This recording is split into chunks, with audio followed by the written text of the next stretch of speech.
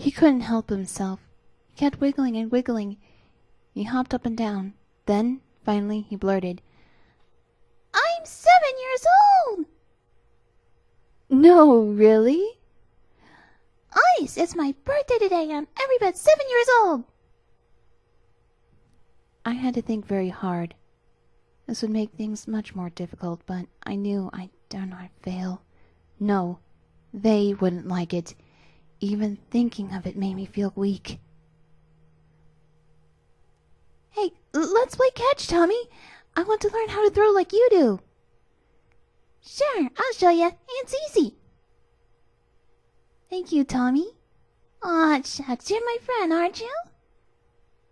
"Yes, Tommy." "Then why wouldn't I help you?" I kept throwing the ball in such a way that we drifted apart from the other children and grown-ups. It was very important. Dear little Tommy was very patient. He kept showing me what I was doing wrong. Over and over, when we were far enough away from the others, I whispered to him, "Do you know what's the most fun to do on birthdays?" "No, what?" "Surprising people." "What do you mean?" "I mean playing tricks. Suppose we take a little walk, and then come back to them from another direction." "Oh boy, they wouldn't know where we came from." "That's right. Wouldn't that be fun?" His face fell. "My mommy wouldn't like it. She always tells me never to go far away from my nurse." "But Tommy, you're not a little boy anymore. You're 7 years old, and besides, we won't go very far." "You promise?" "Of course. And then I got my own surprise for you." "A present?" I didn't even answer him because it was not necessary.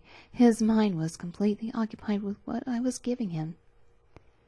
And now, time was getting short. I knew that in a few minutes Tommy would be missed, and they would begin looking for him. By this time, we're on the lane that leads out to the park and onto the avenue. A light breeze carried along a frightening message. Someone was already calling for Tommy. As we left the park, Tommy started to hang back. "We're going too far." "No, Tommy, we're only going to get your present. My house is very near." "And then we'll go right back?" "Right back." "Good. I wouldn't want my nurse to worry about me." His face was all lit up with eagerness as he trotted along next to me. "Why are you walking so fast?" "So that we can get back quickly." At the house, Tommy stopped. He bent his neck to one side, then to the other. He was peering so hard that his eyes squinted up. "What's the matter, Tommy?" "I don't like this house. It's funny." "But I live here. It's a pretty house." "I don't care. It's funny." In another minute, Tommy would go chasing pell-mell down the street, back to the park. I quickly looked up and down the quiet side street. It was absolutely deserted. It came so fast that Tommy was only capable of an astonished squawk. I twisted one of his arms behind him and shoved him up the steps and into the room. And then he saw them.